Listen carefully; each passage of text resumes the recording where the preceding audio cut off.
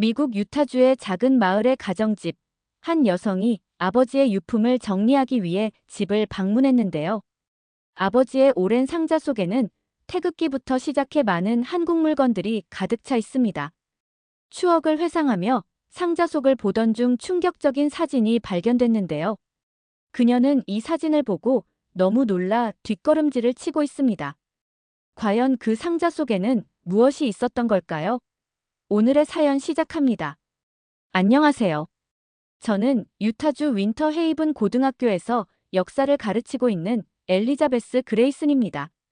학생들은 저를 리사 선생님이라고 부르죠. 올해로 43이 된 저는 평범한 시골 마을의 교사로서 하루하루를 보내고 있었습니다. 한 달 전, 아버지의 갑작스러운 부고 소식을 받기 전까지는 말이에요. 87년의 삶을 마감한 아버지는 제게 낡은 집 한 채와 수많은 의문을 남기셨습니다. 그리고 그 의문의 중심에는 한국이라는 나라가 있었죠. 처음 아버지의 집에 들어섰을 때의 충격을 잊을 수 없습니다. 현관부터 거실, 서재까지 한글로 된 책과 편지들, 붉고 파란색이 선명한 태극기, 나무로 만든 장식품들이 가득했거든요. 마치 미국 시골 마을에 작은 한국이 숨어 있는 것 같았습니다. 한국에서 군 복무를 했던 아버지는 일상의 작은 순간마다 한국에 대한 이야기를 들려주시곤 했어요. 저녁 식사 시간이면 한국의 식사 예절을, 봄이 오면 한강 벚꽃 이야기를, 비가 오는 날이면 장맛비 속에서 만난 사람들 이야기를 하셨죠. 특히 겨울이면 한국의 정이 담긴 따뜻한 온돌 문화를 이야기하시며 눈시울을 붉히셨답니다. 하지만 그때의 저는 귀에 들어오는 이야기를 한 귀로 듣고 한 귀로 흘렸어요. 때론 아버지, 그건 50년도 더 된 옛날 이야기잖아요 라며 귀찮은 듯 대꾸하기도 했고, 식탁에서 한국 이야기가 나오면 슬그머니 자리를 피하기도 했죠. 지금 생각해보면 그럴 때마다 아버지의 눈빛이 흐려지셨는데, 그때는 그저 나이 들어 과거에 집착하시는 줄로만 알았습니다. 이제와 돌이켜보면 아버지의 눈빛에 담긴 깊은 애정과 그리움을 알아채지 못한 제가 참 못난 딸이었더군요. 단순한 추억이 아닌 인생을 바꿔놓은 소중한 시간에 대한 이야기였다는 걸 이제야 깨닫게 된 거예요. 아버지의 마지막 숨이 닿을 때까지 저는 그분의 두 번째 고향인 한국에 대해 진심으로 귀 기울여주지 못했습니다. 아버지는 식사 시간이면 늘 한국 이야기로 화제를 이끄셨어요. 리사, 너도 한국에 가보면 알게 될 거야. 그곳 사람들의 정이라는 게 얼마나 특별한지 하시면서 군 생활 중에 경험한 이야기들을 들려주시곤 했습니다. 내가 처음 한국에 도착했을 때는 모든 게 낯설고 두려웠단다. 하지만 김민수 아저씨네 가족을 만나면서 모든 게 달라졌지. 아버지는 늘 김민수 할아버지 이야기를 특별히 아끼셨어요.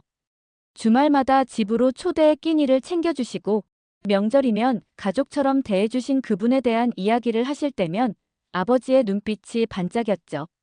한국 사람들은 말이다. 비록 그때는 가난했지만 마음만큼은 누구보다 부자였어. 전쟁 후 힘든 시기였는데도 서로 돕고 나누는 걸 당연하게 생각했거든. 아버지는 한국의 이웃들이 서로 쌀을 나누고 김장을 함께하고 아픈 사람이 있으면 온 동네가 돌봐주던 이야기를 자주 하셨습니다.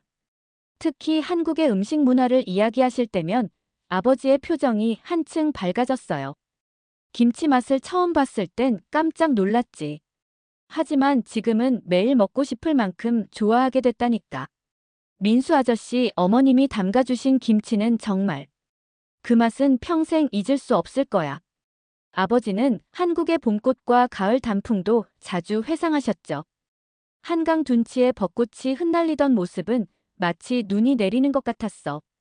가을엔 온 산이 빨갛게 물들었는데 그때 찍은 사진들을 어딘가에 잘 보관해뒀을 텐데 하시며 옛 앨범을 뒤적이시곤 했어요.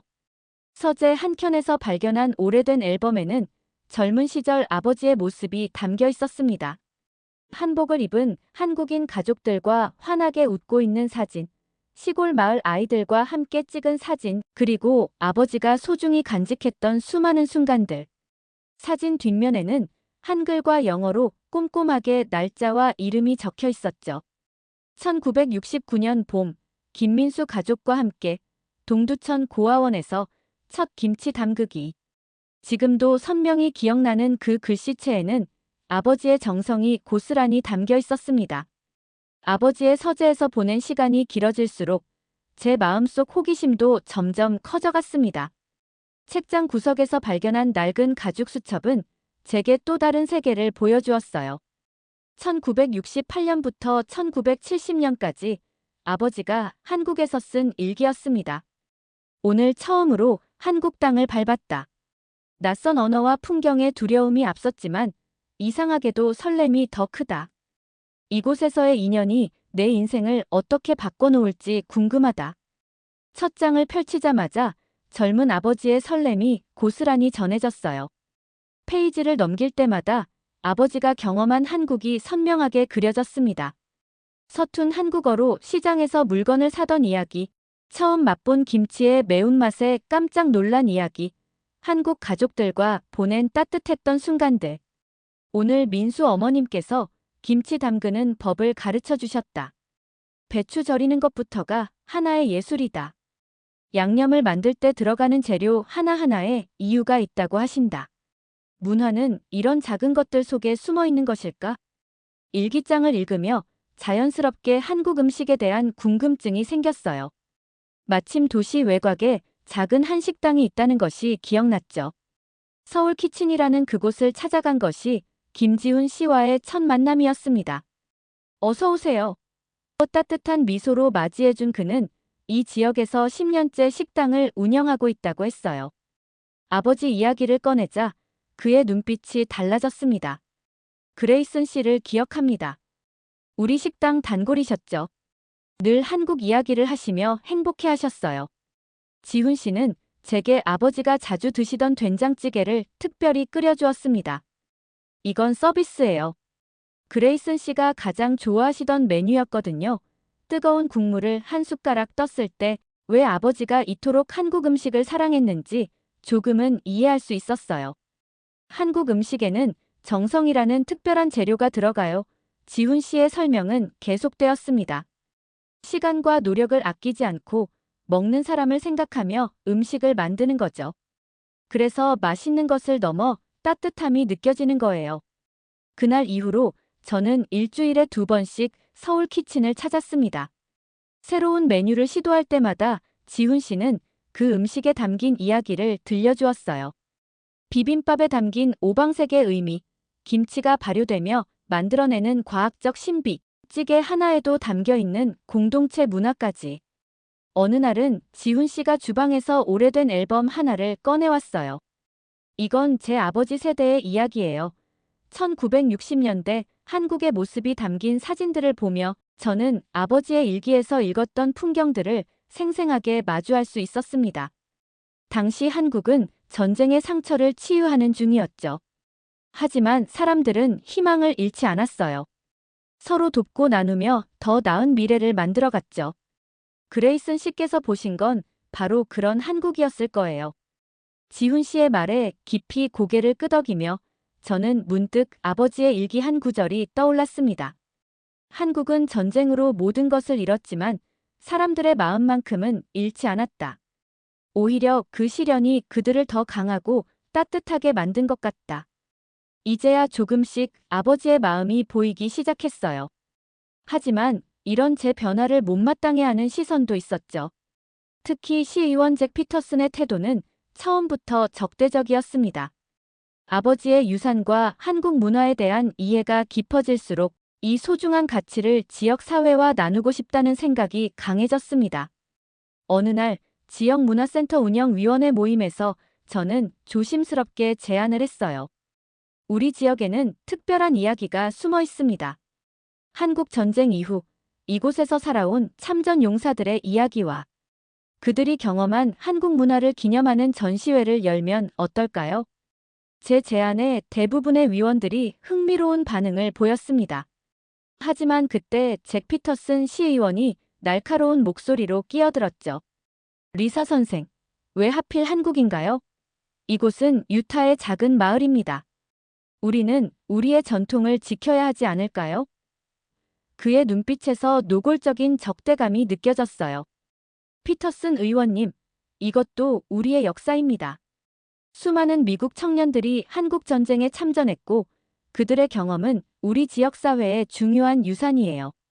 그건 단지 당신 아버지의 특이한 취향이었을 뿐입니다. 왜 개인적인 추억을 공적인 공간에 가져오려 하나요? 토론은 점점 격화됐고 피터스는 노골적으로 한국 문화를 폄하하기 시작했습니다. 김치니 뭐니 하는 발효식품들, 이상한 글자들.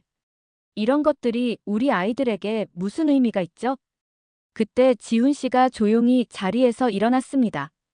의원님, 문화는 국경을 넘어 우리를 풍요롭게 만듭니다.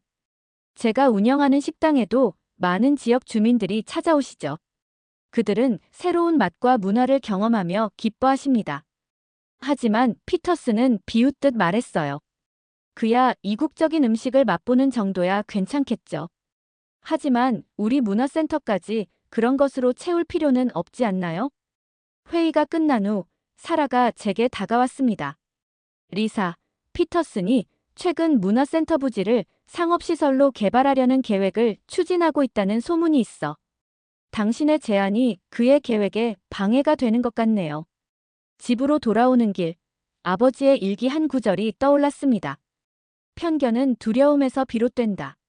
하지만 서로를 이해하려 노력할 때 우리는 더 넓은 세상을 볼 수 있게 된다. 다음 날, 저는 아버지의 앨범과 일기를 들고 다시 문화센터를 찾았습니다. 이곳에서 일하는 제니퍼에게 자료들을 보여주며 전시회 구상을 구체화했어요. 그녀의 눈이 반짝였죠. 리사, 이건 정말 특별해요. 단순한 전시회를 넘어서 우리 지역의 숨겨진 이야기를 발견하는 거네요. 하지만 이 대화는 곧 피터슨에 의해 방해받았습니다. 아직도 그 이야기를 하고 있나요? 이제 그만 현실적이 되는 게 어떨까요, 리사 선생? 그의 말에는 분명한 경고의 메시지가 담겨 있었습니다. 하지만 저는 이미 결심했어요.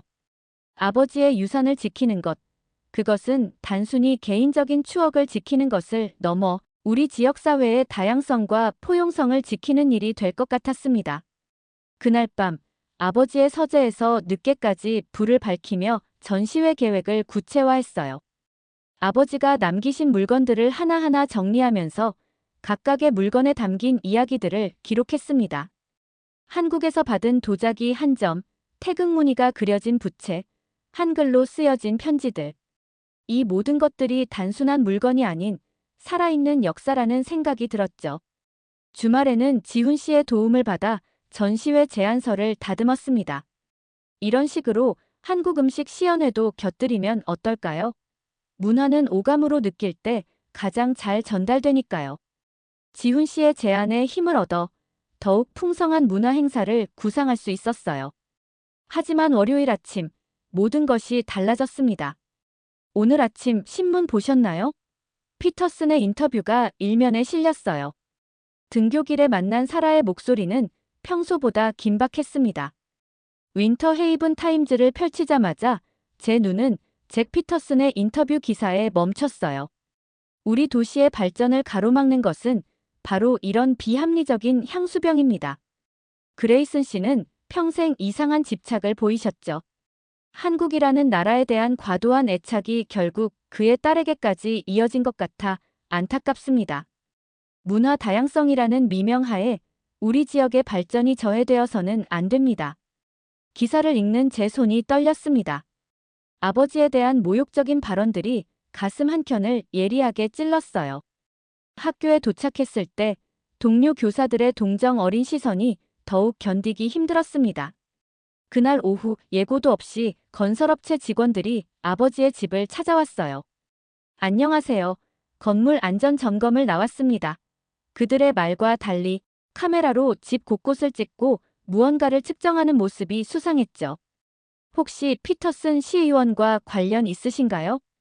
제가 물었을 때 그들은 당황한 기색을 감추지 못했습니다. 얼마 후 사라가 보내온 문자는 제 예감이 맞았음을 확인해줬어요. 리사, 방금 시청 내부 소식통에게 들었어. 피터슨이 당신 아버지 집을 포함한 구역을 도시 재개발 지구로 지정하려고 해. 대규모 쇼핑몰 건설이 목표래. 분노가 치밀어 올랐지만 이내 마음을 진정시켰습니다. 아버지라면 이런 상황에서 어떻게 하셨을까? 문득 일기장의 한 구절이 떠올랐어요. 때로는 우리를 이해하지 못하는 사람들과 마주하게 된다. 하지만 분노로 맞서면 그들의 마음은 더욱 다칠 뿐이다.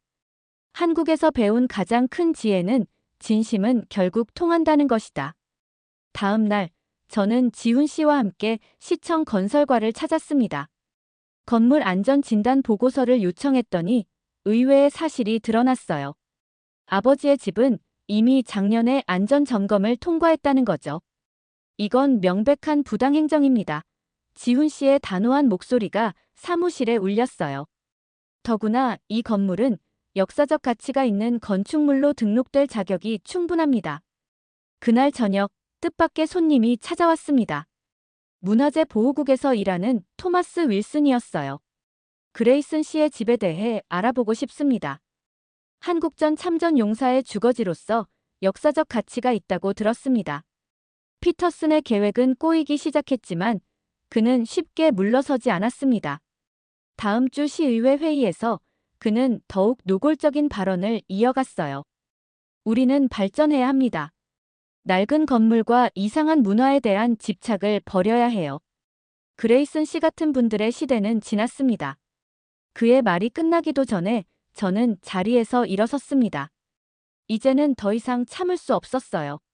아버지의 명예와 한국과의 소중한 인연을 지키기 위해 저는 반드시 싸워야만 했습니다. 며칠 동안 잠을 이루지 못하던 중에 아버지의 서재에서 특별한 물건을 발견했어요. 낡은 책장 뒤편에 숨겨져 있던 작은 금속 상자였죠. 그 안에는 아버지가 한국에서 받은 표창장과 감사패가 들어있었습니다.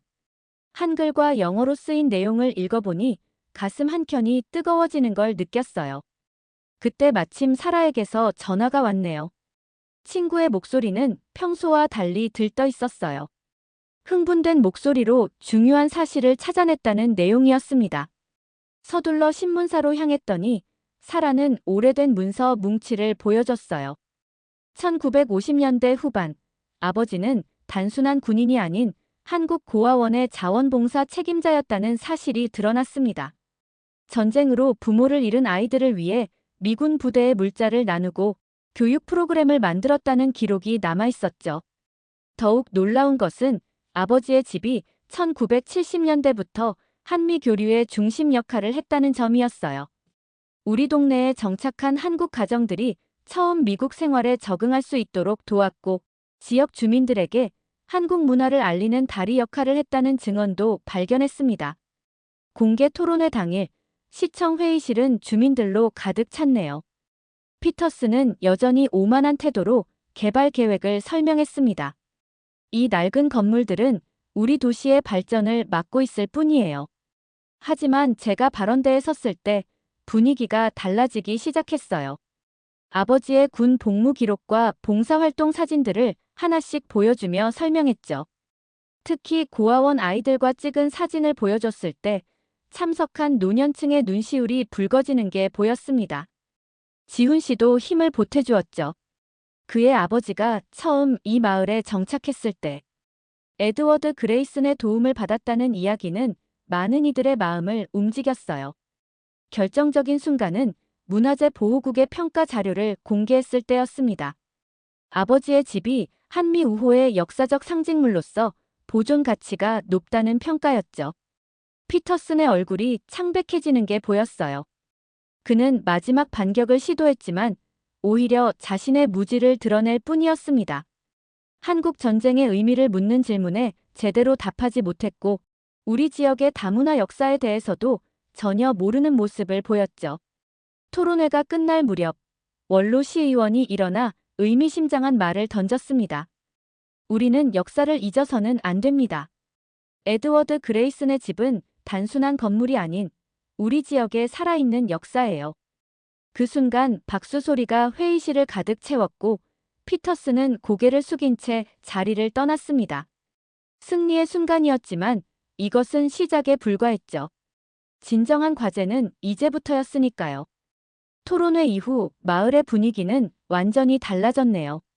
아침 일찍 현관문을 열었을 때 문 앞에 놓인 반찬통을 보고 놀랐습니다. 지훈 씨의 어머니께서 보내주신 김치와 총각김치였어요. 정성스레 쓰인 편지도 함께 있었죠. 의외의 변화는 학교에서도 일어났습니다. 제자들이 한국 문화에 대해 호기심 어린 질문을 던지기 시작했어요. 특히 켈리라는 학생은 한국 전쟁에 참전하셨던 할아버지의 이야기를 들려줬죠. 그분 역시 한국에 대한 특별한 기억을 간직하고 계셨다는 이야기였습니다. 어느 날은 퇴근길에 놀라운 광경을 목격했어요. 옆집의 메리 아주머니 마당에서 삼삼오오 모인 이웃들이 김치를 담그고 있었죠. 지훈 씨의 어머니께서 비법을 전수해 주시는 모습이 참 인상적이었습니다. 이런 작은 움직임은 곧 더 큰 변화로 이어졌어요. 지역 도서관에서는 한국 문화 주간을 열었고 아버지가 남기신 사진들이 전시되기 시작했습니다. 도서관장님은 이런 말씀을 하셨죠. 이런 소중한 역사가 우리 마을에 있었다니 놀랍네요. 마을 부녀회에서는 한국 음식 축제를 제안했어요. 지훈 씨의 식당은 행사의 중심이 되었죠. 비빔밥, 불고기, 김치찌개. 한국 전통 음식들이 마을 광장을 가득 채웠습니다. 놀라웠던 것은 이웃들이 직접 만든 음식들이었어요. 제니, 아주머니는 직접 담그신 깍두기를, 톰 아저씨는 손수 만드신 김밥을 가져오셨죠. 서툴지만 정성이 가득 담긴 음식들이었습니다. 축제는 단순한 먹거리 행사를 넘어섰어요. 아버지 세대의 참전 용사들이 나와 그들의 한국 이야기를 들려주셨고 젊은 세대들은 그 이야기에 귀 기울였죠. 한국 전통 공연도 이어졌습니다. 특히 감동적이었던 건 초등학교 아이들의 태권도 시범이었어요. 아이들은 태극기를 그리며 한국에 대해 배운 것들을 자랑스레 발표했죠. 그들의 순수한 눈빛에서 문화의 벽을 넘어선 아름다움을 발견할 수 있었습니다. 마을 곳곳에서 울려 퍼지는 웃음소리, 음식 냄새, 그리고 따뜻한 대화. 이 모든 것이 제가 꿈꾸던 모습이었어요. 아버지께서 그토록 사랑하신 한국의 정이 이제는 우리 마을에 스며들고 있었죠. 그날 밤 축제가 끝나고 집으로 돌아오는 길에 달빛이 유난히 밝았습니다. 아버지의 집 마당에 심어진 감나무 아래 서서 하늘을 올려다보니 아버지의 미소가 보이는 듯 했어요. 이제야 저는 아버지가 왜 이토록 한국을 사랑하셨는지 온전히 이해할 수 있었습니다. 축제의 열기가 가라앉은 어느 저녁, 아버지의 서재 정리를 다시 시작했어요. 책장 깊숙한 곳을 살피던 중 단단히 봉인된 편지 한 통을 발견했죠. 봉투에는 리사에게 때가 되면 열어보렴 이라는 글씨가 적혀 있었습니다. 떨리는 손으로 편지를 펼쳤어요.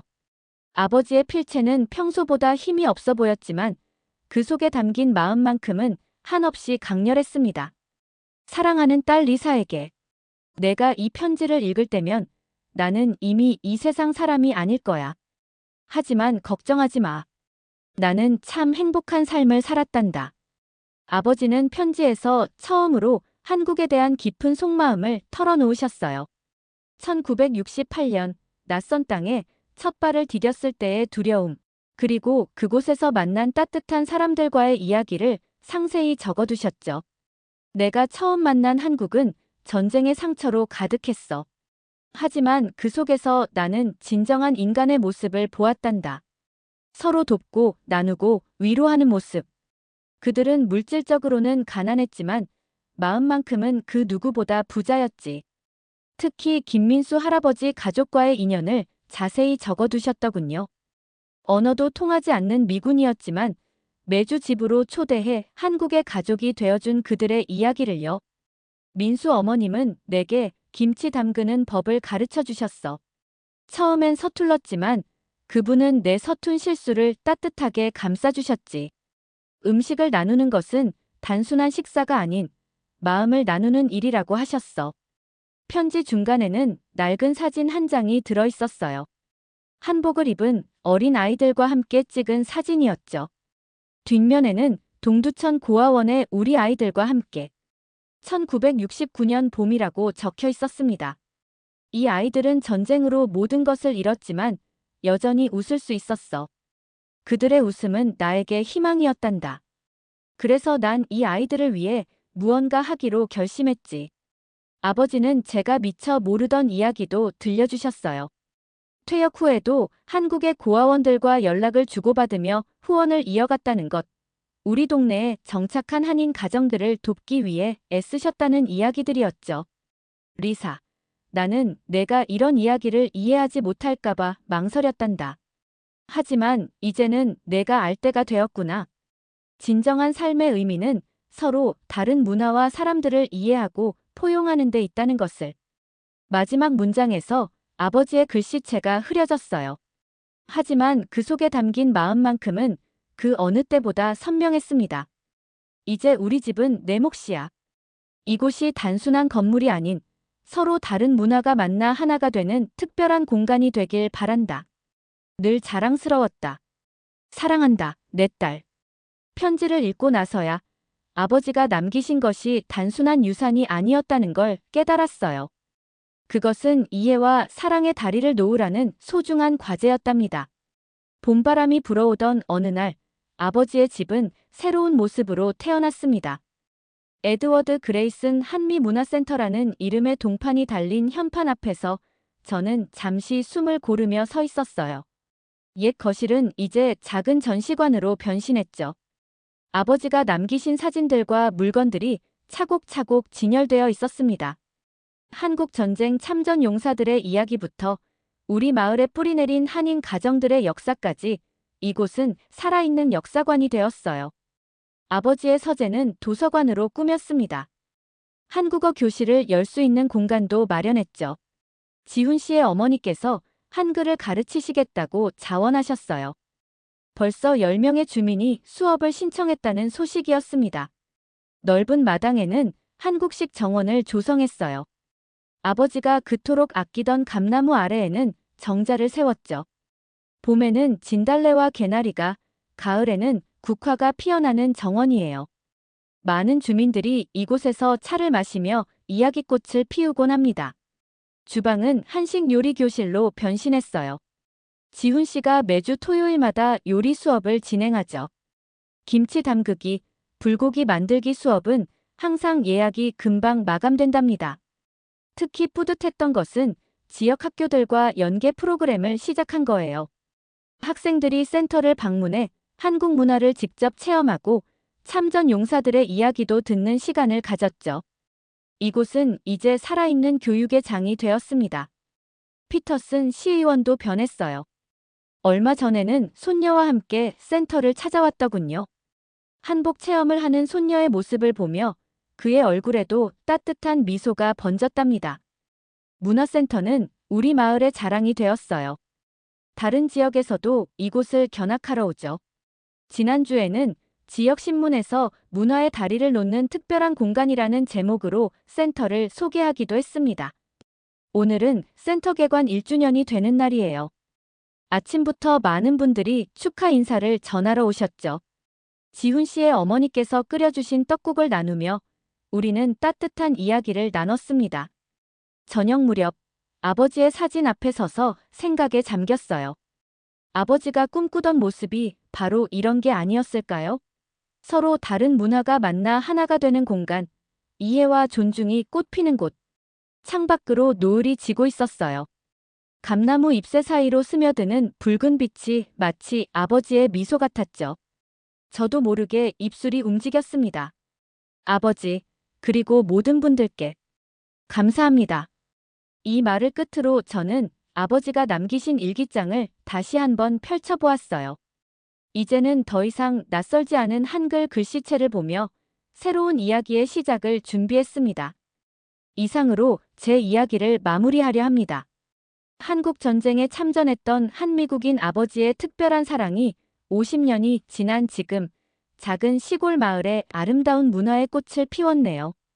처음에는 이해하지 못했던 아버지의 한국 사랑이 이제는 우리 지역사회를 하나로 묶어주는 소중한 유산이 되었습니다.